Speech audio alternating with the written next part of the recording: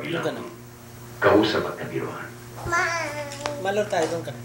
Ngunit, Doon ka na. walang ibang namagitan sa amin. At yan ang sasaksiyan ng aking espesyalista. Wala akong kaya makipagtali. Kaya kami Kung gayon, bakit gano'n lang ang pagkamuhi ng yumao sa nasasaktan? napahiya si Beatriz kay Adora. Minsan ang bumisiyang nakikipagtali kay Douglas. Alam ko yun. At tuwing magtatalo kami ni Beatriz, lagi niya pinagmamalaki ang kakayahan ni Douglas.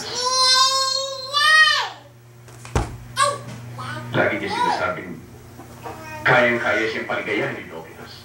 Gusto ni Beatriz na magalit ako sa kanya. Gusto niya gumanti. Dahil hindi ko agad pinagtapat Dito ka lang sa unahan. na may Dito ka lang. diferensya ako. Kunti doon. Usok ka kunti. Hindi doon. Tama na. Hayaan mo kung magpakasalanan. Monica,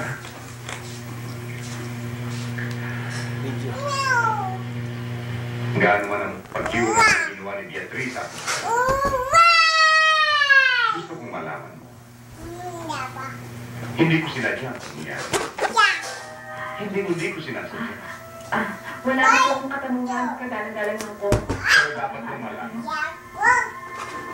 Kayong lahat. Ako ang pumatay kay Beatriz.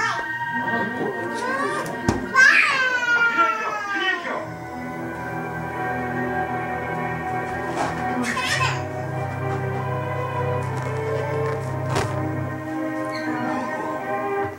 One, two. Hinihingi ng pagkakataon na ipaliwanag yung sinasabi.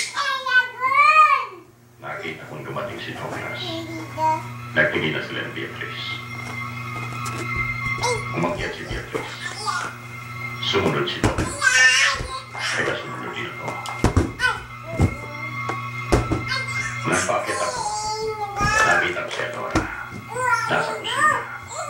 Awala ko rin. Sige. Ayan mo na yan. Doon na. Pero narinig ko rin. One. Yan ang gusto ko na. Maglumalas ka na. Ano sa kita? Ay! Ha? Lalo akong nagagawa. Kaya binuksan ko. At ano mo nakita? Nakita kong sinasaktan ni Douglas si Beatriz.